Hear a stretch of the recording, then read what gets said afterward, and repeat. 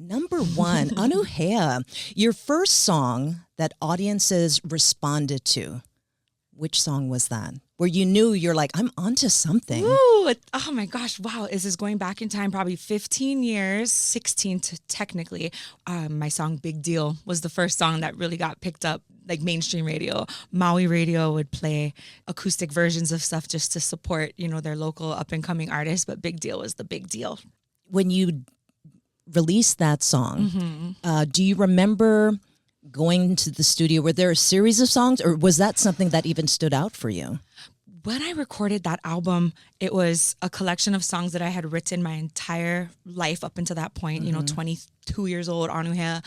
And then I also collaborated with a professional songwriter for the first time for maybe 2 or 3 songs. Because I was in Torrance, California. I was like, oh my God, I'm in LA. We're like, girl, you're in Torrance, relax. But I claimed LA.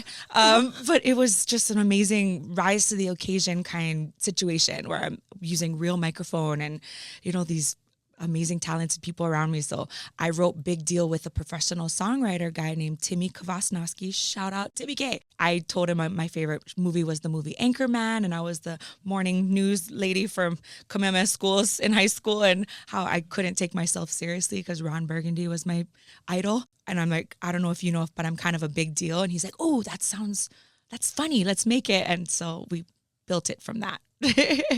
2, 3, 4, 5. Okay, let's do number 4. Anuhea, what advice do you share with new artists when asked? Oh, so much different advice. The cliche stuff like be yourself, but something I've never really verbalized enough, which I want to more, is for like the females in this industry. Just how to navigate it is always hard, and I'm still navigating it. Like, beautiful line of coming off like you're not just a dumb girl, you're not a sexual object, you are a boss, but not too much to be a boss. Beep. You want to still be easy to work with and not a diva. So it's a very fragile balance to navigate this thing as a female, to be taken seriously. And I think we can strategize together how to be strong and uplift one another too. So a part B to that, or a part 2, would be, who were a few of the mentors, either that you knew personally or that you saw their career track and you were like, I'm just taking notes. It's like, oh, maybe less of that, or like, oh, more of that. Oh, totally. Yes. My auntie Nalani and Naleo Pilemehana, like, luckily for me, was always the people I looked up to as women in the music industry. And when they came out, Brown Bags to Stardom, when I was just a little baby, like, they were like the only girls, some of the only girls out there doing their thing. And look at them, they're still around. So they were doing something right. And I think learning about the business part is another big important thing. You're not just going to rely on some other person to handle your everything behind the scenes. You got to know your own business too. And I learned a lot from that. Anuhea, which artists do you return to lyrically or for melody when, in case you like hit a wall, or you're like, oh, I feel like this is a retread, and there's something where you're just like, I'm just going to step out. And the music, you're just kind of like, that's kind of on shuffle. Oh, yeah. Oh, so many different ones. Yeah. I think India Ari comes up with some really cool stuff because it's her acoustic guitar and that's my instrument too. And just the way that she does stuff a little different. I love that R&B factor. I like going to like old school stuff too, like 80s music. I like learn stuff from everything from Earth, Wind and Fire to Hall & Oates. Like, they just do some cool takes on melodies, and I might get inspired by that. Jack Johnson too. I love you, Jack Johnson. When people talk to you about music and when they hear it, it's just like, and they try to tell you what it sounds like rather than, oh, it's Anuhea music, and it's just like a lot of your fans are like, they champion that. When I hear your music, it's already timeless somehow, Thank you. I mean, yeah, I don't know what it is. I think after time goes on and stuff, everything is going to be, I don't want to say replicated, but even unintentionally, like the melody for Happy Birthday will somehow be like a weird familiar melody in a song, on a hit song, or, people are remixing songs all the time and recycling them, but in the best way. Upcycling. I like that word better, actually.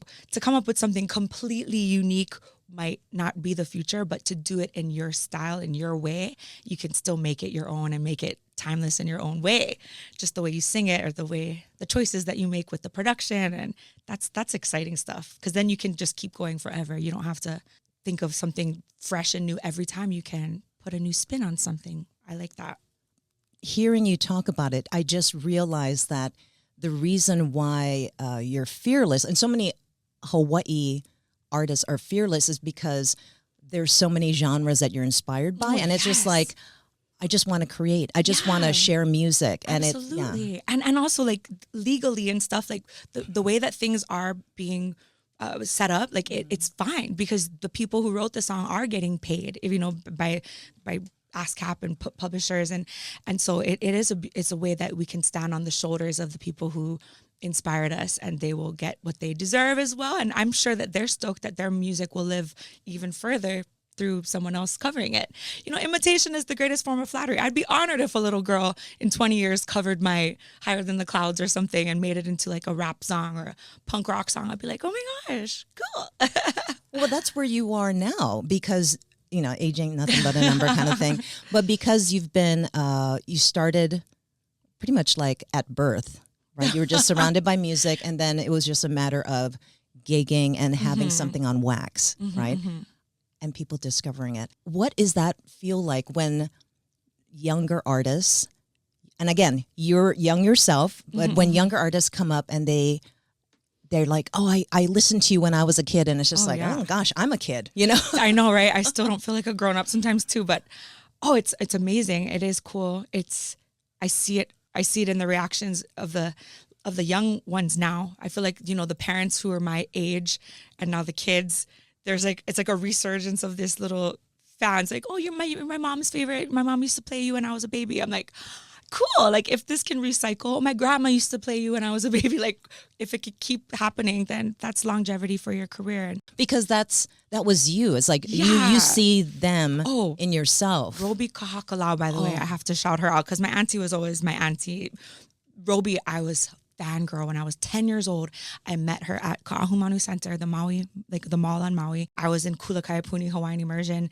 Kettle Kettle P, Hello Kitty was popular. I went to Sanrio and bought a little Kettle P notebook, and I waited in line for her to sign it, and I spoke to her in Hawaiian. I'm like, Hiki oe ke kakao kauinoa makia, puke. And then she's like, she spoke back in Hawaiian to me.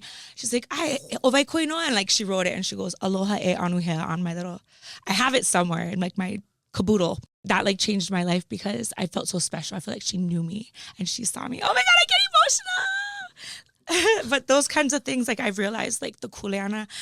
Oh my God, Jay, I'm crying. What's happening? Kathy, energy. The energy in this place is very beautiful. I love it. But just to like feel heard and feel seen, and like having somebody famous that speaks Hawaiian too, like, that's so cool. Like, P. My Kanalu was like the jam of the time. So it was a very cool, inspiring thing. And to know that I have that ability, like, I don't want to blow it. Makes me want to stay in line and not get in trouble. You know what I mean? Like, makes me want to be a good role model for That's wild. So like, she saw you see them, and it's just, and it just kind of just goes out. Anuhea, is there a song that you've heard that you're just like, I wish I wrote that song? Oh my gosh, yes. Or just in 2025, just right in this moment, because every day different, yeah? Yeah, every day different. This is a little bit older, but that Ed Sheeran song, Thinking Out Loud, I remember hearing it for the first time. I'm like, oh my gosh. And it's you can tell that it's similar to that Al Green, or that I'm so in love with you. Like, you could tell he was inspired by that song, but just his spin on it, very simple chord per. Oh man, I was like, that is a brilliant, brilliant song. A lot of Grammy winners are indeed deserving. Like, I like that they're going back to songwriting and really honoring that. In fact, like a couple years ago, Bonnie Raitt, who I love so much, she's one of my favorite of all time, and I saw her a couple years ago here in Honolulu, but she won the Grammy for Song of the Year, I believe, and it was like a record because she was the only songwriter on that song. And normally, there's like 10, 20 songwriters. So I just love that. And she's older. And like, that's what I look up to. I'm like, look at this badass lady writing a song by herself and making it all the way to the Grammys. Like, That's inspiring. It's good that we need to be to see it, because even though we imagine it, until there's that outside validation. Yes. And then when you get older, then you discover, oh, I can give myself permission. Right. I can just tell me. Okay. And so part 2 would be your own song that you feel was like divinely given. Like you can't believe. Ooh.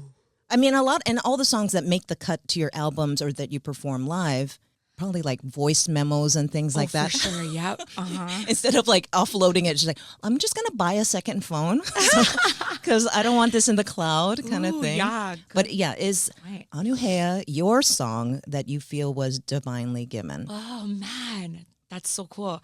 There are quite a few where you're like, I don't even know how this came to me at that time. And then there's some that I really try to write and I struggle with each line because it's almost like forced, but it's still beautiful to me, and I wouldn't put it on an album if it wasn't. But yeah, there's some that are like, what just happened? I've listened to the early recordings of my song Higher Than the Clouds, even though that is one of the most popular. I wrote it to a reggae rhythm where it was just like a loop of like 4-chord progression, and it ended up that's not how it ended up being recorded, but I was inspired. I was just like me in a hotel room sitting on the floor on tour, and I quickly just wanted to mess around with it. But I wrote it first verse, chorus, second verse, chorus, like almost all in like one sitting. Like it just came to me in that order, and it was cool and R&B-ish and emotional, and it ended up being a lot of people's favorite songs. So that was kind of a divine one.